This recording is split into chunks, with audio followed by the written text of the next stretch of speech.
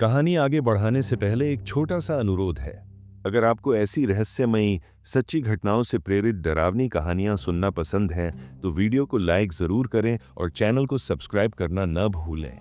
आपका एक लाइक और एक सब्सक्रिप्शन हमारे लिए बहुत मायने रखता है, क्योंकि यही हमें ऐसी अनसुनी, अधूरी अधूरी और डर से भरी कहानियां आप तक लगातार पहुंचाने की ताकत देता है। घंटी दबाना न भूलें ताकि अगली कहानी की सूचना आप तक सबसे पहले पहुंचे, क्योंकि कुछ कहानियां सिर्फ सुनाई नहीं जाती, वे महसूस की जाती हैं।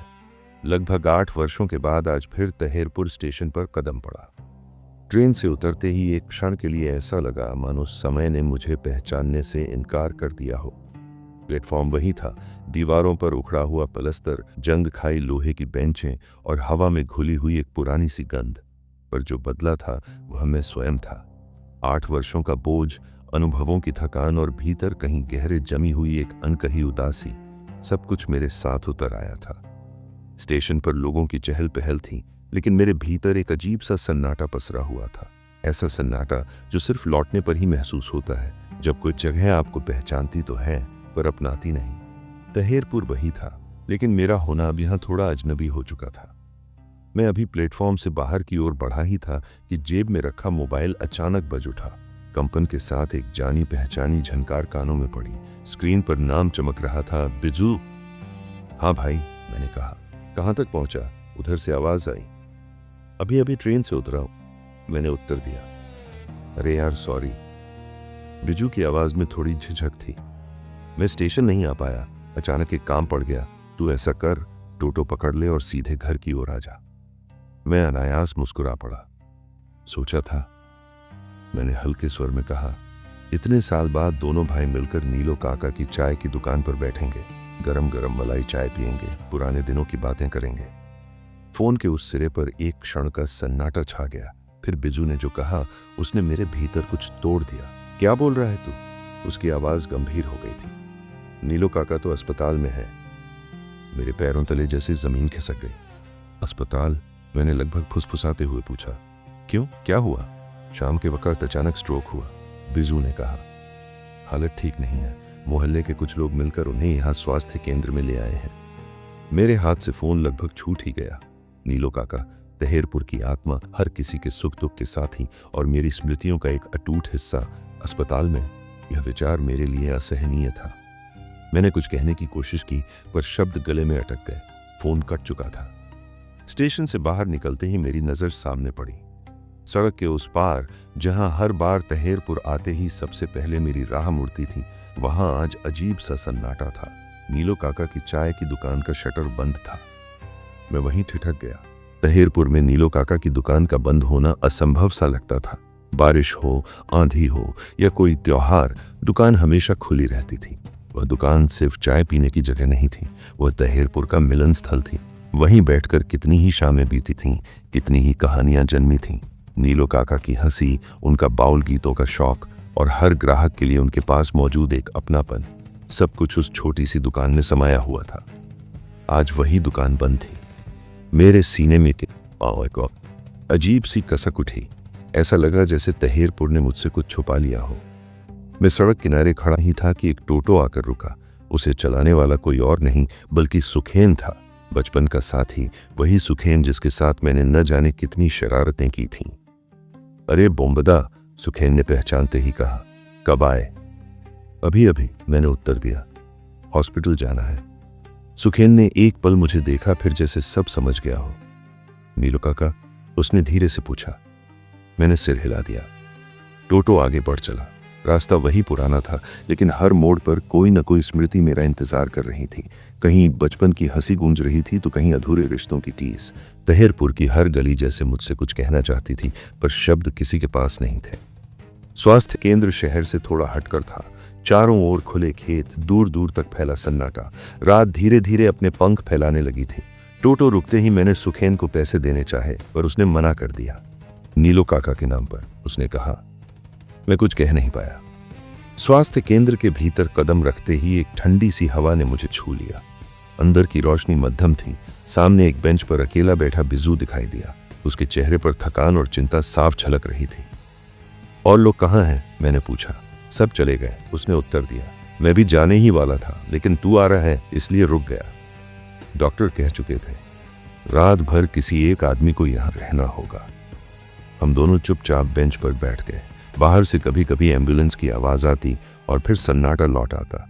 ये कोई बड़ा अस्पताल नहीं था, सिर्फ एक ग्रामीण स्वास्थ्य केंद्र जहां से गंभीर मरीजों को जिला अस्पताल भेज दिया जाता है। रात गहराती चली गई। थकान मेरी पलकों पर भारी पड़ने लगी। बिजू बेंच पर ही लेट गया।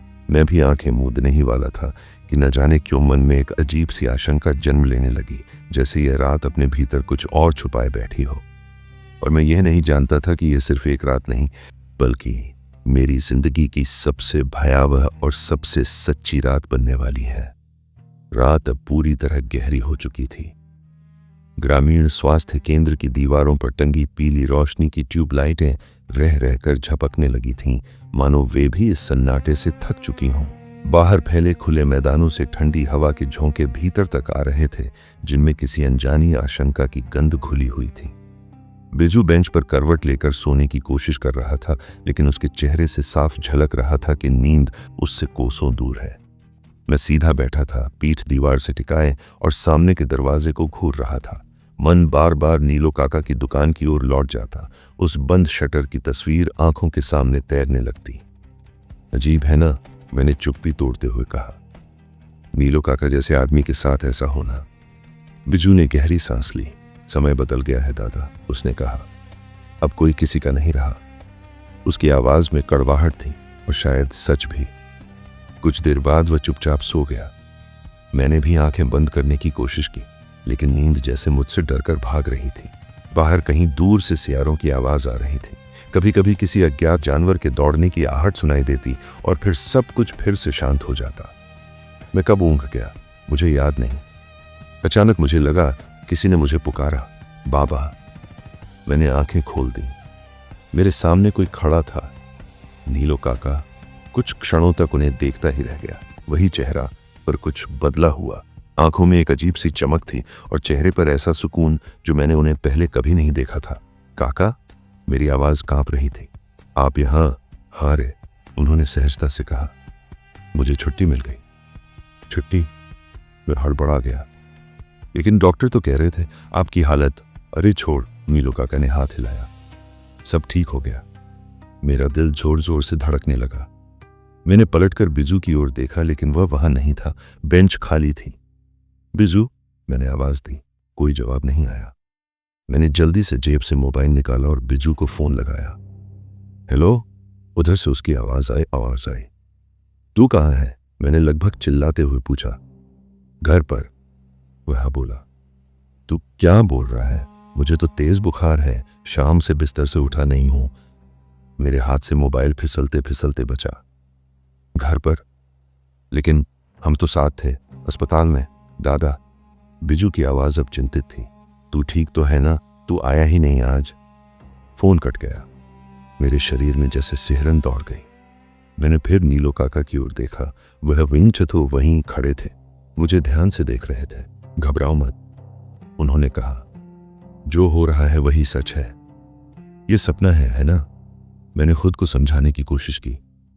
मैं सो रहा हूं, बस सपना देख रहा हूं। क्या? नीलो काका ने कुछ नहीं कहा। उन्होंने बस सामने की ओर इशारा किया।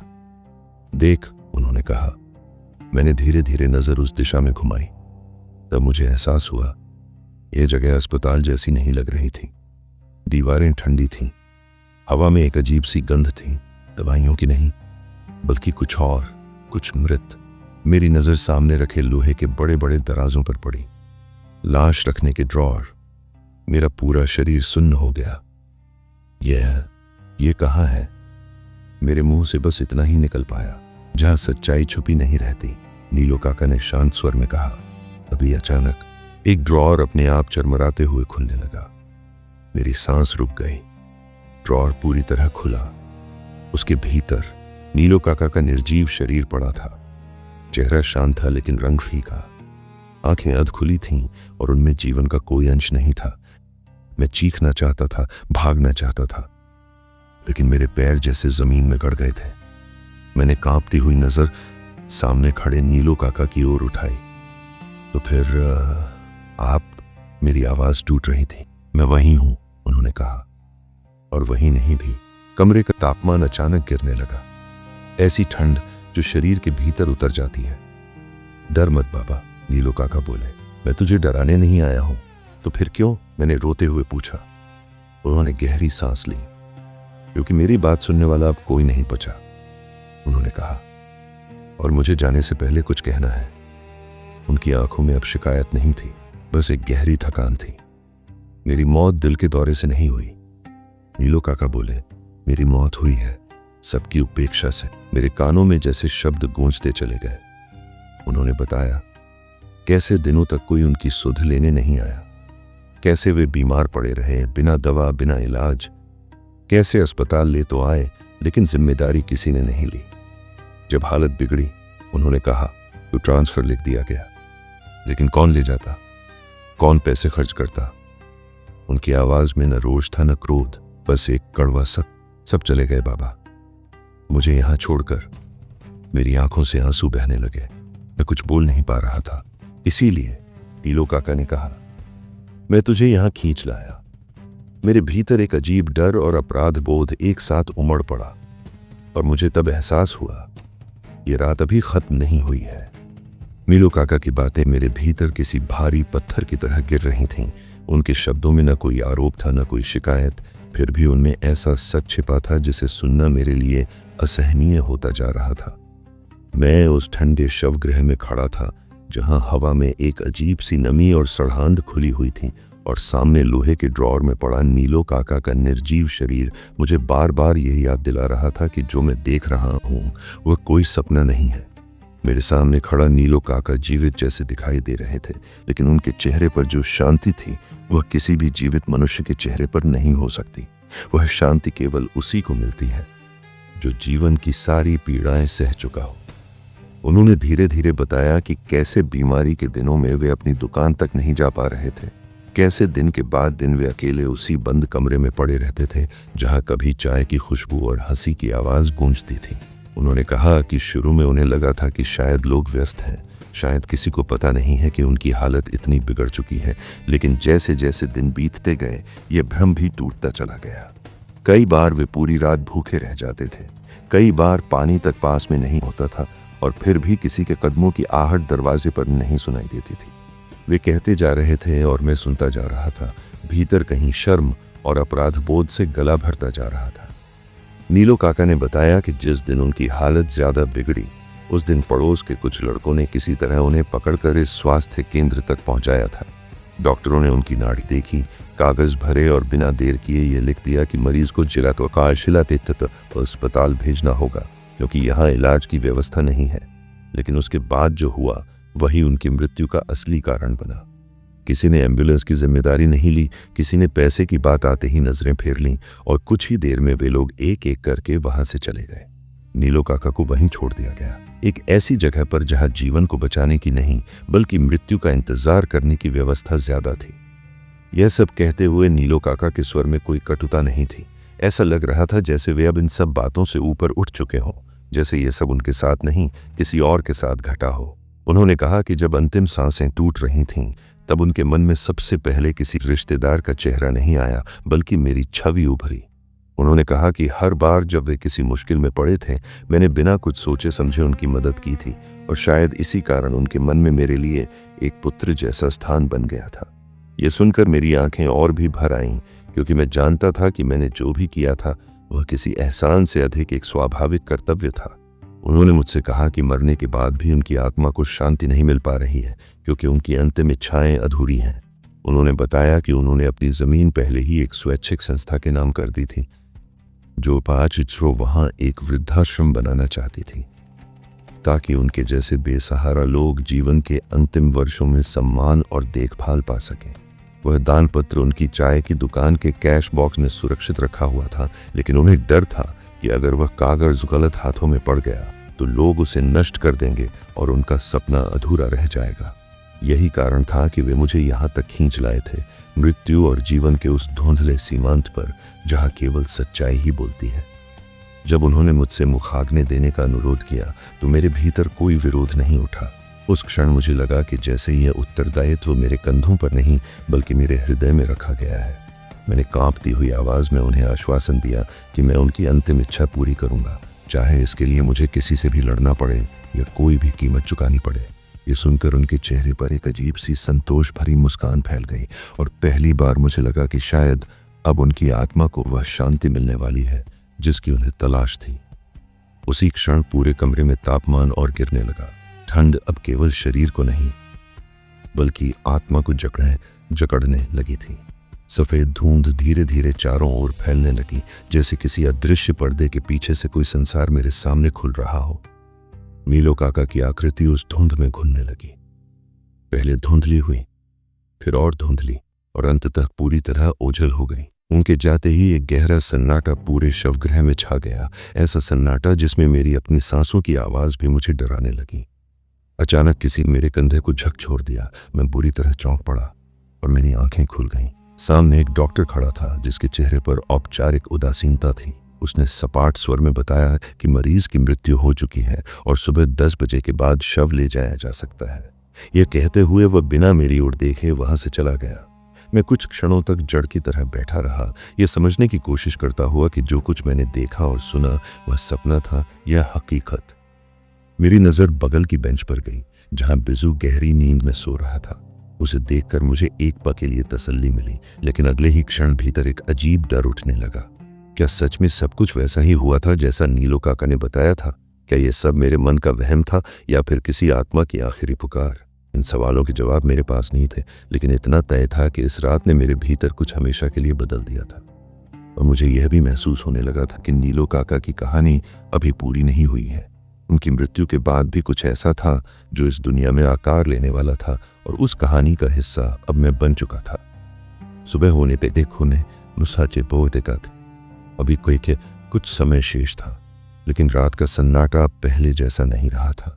नीलो काका के चले जाने के बाद जो खालीपन मेरे भीतर भर गया था वह किसी शब्द से व्यक्त नहीं किया जा सकता। डॉक्टर के चले जाने के बाद मैं देर तक उसी बेंच पर बैठा रहा। आंखें खुली थीं लेकिन मन कहीं और भटक रहा था। बाहर से आती एम्बुलेंस की आवाज तो अब मुझे उतनी अजनबी नहीं लग रही थी जितनी भीतर उठ रही उस खामोश चीख से जो हर उस सवाल के साथ गूंजती थी जिसका उत्तर मेरे पास नहीं था। मैं बार बार यही सोचता रहा कि क्या सचमुच नीलो काका को इस तरह अकेले मरने दिया गया था, और क्या हम सब जिन्होंने उनके हाथ की चाय पी थी, उनकी हंसी सुनी थी, उनके दिए हुए पैसों और सहारे पर कई बार भरोसा किया था, हम सब इसके जिम्मेदार नहीं थे। जब सुबह की पहली हल्की रोशनी खिड़की से भीतर आई तो बिजू की नींद खुली। उसने मेरी ओर देखा और शायद मेरे चेहरे पर पसरी थकान और भय को पढ़ लिया। मैंने उसे पूरी रात की बात बताई, नीलो काका का प्रकट होना, शवगृह और उनकी अंतिम इच्छा। शुरुआत में वह इसे मेरा सपना मानता रहा, लेकिन जैसे जैसे मैंने विवरण दिया उसका चेहरा गंभीर होता चला गया। अंततः उसने स्वीकार किया कि नीलो काका को वास्तव में जिला अस्पताल भेजने की बात लिखी गई थी, लेकिन किसी ने भी उन्हें वहां तक पहुंचाने की जिम्मेदारी नहीं ली। हर कोई अपनी अपनी मजबूरी का हवाला देकर पीछे हट गया था और इस सामूहिक उदासीनता ने मिलकर एक इंसान की सांसें छीन ली थीं।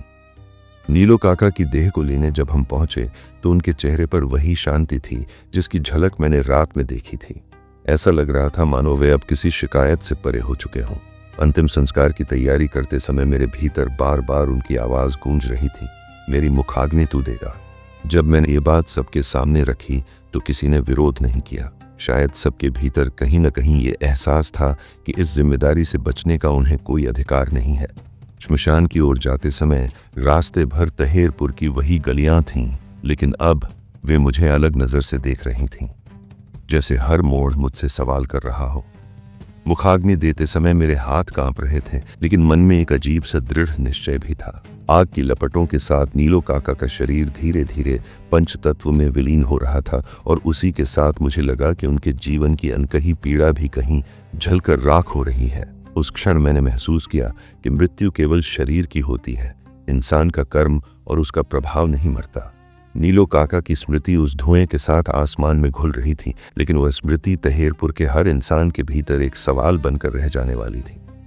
अंतिम संस्कार के बाद मैंने सीधे नीलो काका की दुकान का रुख किया। शटर खोलते समय मेरे हाथ कुछ पल के लिए रुक गए।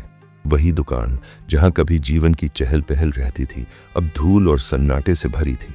भीतर घुसते ही पुरानी चाय की खुशबू अब भी कहीं न कहीं बची हुई थी, मानो नीलो काका की उपस्थिति अभी पूरी तरह गई न हो। मैंने काउंटर के नीचे रखा पुराना कैश बॉक्स खोला। उसमें कुछ सिक्कों और कागजों के बीच वह दानपत्र सुरक्षित रखा हुआ था, जैसा नीलो काका ने बताया था। उस कागज को हाथ में लेते ही मुझे एहसास हुआ कि यह सिर्फ जमीन का कागज नहीं, बल्कि एक मरते हुए आदमी का आखिरी सपना है। उस दिन के बाद तहेरपुर में कई बातें हुई। कुछ लोगों ने अफसोस जताया, कुछ ने अपनी सफाइयां दी और कुछ ने चुप्पी साध ली। लेकिन मेरे लिए अब यह सिर्फ अफसोस की कहानी नहीं रह गई थी। मैंने उस स्वैच्छिक संस्था से संपर्क किया जिसके नाम नीलो काका ने अपनी जमीन दान की थी, और उनके साथ मिलकर वृद्धाश्रम के निर्माण की प्रक्रिया शुरू की। यह आसान नहीं था। कागजी झंझट, लोगों की शंकाएं और कभी कभी खुला विरोध भी सामने आया। कई लोग कह रहे थे कि यह जमीन किसी रिश्तेदार को मिलनी चाहिए थी, तो कुछ इसे बेकार की मेहनत बता रहे थे। लेकिन हर बार जब मन डगमगाता, मुझे नीलो काका का वह शांत चेहरा याद आ जाता और मैं फिर से मजबूत हो जाता। धीरे धीरे समय ने अपना काम किया। वृद्धाश्रम की इमारत खड़ी होने लगी। वहां ईंट ईंट में जैसे नीलो काका की कहानी जुड़ी हुई थी। जब पहली बार कुछ बुजुर्ग वहां रहने आए तो मैंने उनकी आंखों में वही उम्मीद देखी जो शायद नीलो काका अपने अंतिम दिनों में खोज रहे थे। मुझे लगा जैसे मैं केवल एक इमारत नहीं, बल्कि किसी आत्मा की अधूरी इच्छा को पूरा कर रहा हूं। तहेरपुर के लोगों के लिए यह सिर्फ एक भवन था, लेकिन मेरे लिए यह नीलो काका का जीवित स्मारक बन चुका था। उस दौरान मैंने यह भी महसूस किया कि अपराध बोध केवल पछतावे से नहीं मिटता, बल्कि जिम्मेदारी उठाने से ही उसका कुछ प्रायश्चित संभव है। नीलो काका की मृत्यु ने तहेरपुर को एक आईना दिखाया था जिसमें हर किसी को अपना चेहरा देखना पड़ा। कुछ ने नजरें फेर लीं, लेकिन कुछ ऐसे भी थे जिन्होंने उस आईने में खुद को पहचान लिया। शायद यही नीलो काका की सबसे बड़ी विरासत थी, एक ऐसी विरासत जो डर से नहीं बल्कि करुणा से जन्मी थी। और मुझे पता था कि कहानी अभी पूरी नहीं हुई है। नीलो काका भले ही इस दुनिया से चले गए हों, लेकिन उनका होना अब एक नए रूप में सामने आने वाला था। एक ऐसी जगह पर जहां उम्र के आखिरी पड़ाव पर पहुंचे लोग सम्मान और अपनापन पा सकें। यही सोचते हुए मैं अंतिम पृष्ठ की ओर बढ़ रहा था, जहां भय से शुरू हुई यह कहानी शांति पर समाप्त होने वाली थी। अगर ये कहानी आपके दिल को छू गई हो, अगर नीलू काका की खामोश पीड़ा और उनकी अधूरी इच्छाएं आपको सोचने पर मजबूर कर गई हों, तो इस वीडियो को लाइक जरूर करें। ऐसी ही सच्ची घटनाओं से प्रेरित रहस्यमयी, भौतिक और मानवीय कहानियां सुनते रहने के लिए हमारे चैनल को सब्सक्राइब करें। घंटी दबाना न भूलें, क्योंकि अगली कहानी शायद फिर किसी ऐसे ही अनदेखे, अनसुने इंसान की होगी, जो आज भी हमारे आसपास मौजूद है, लेकिन हमारी नजरें उसे देख नहीं पाती।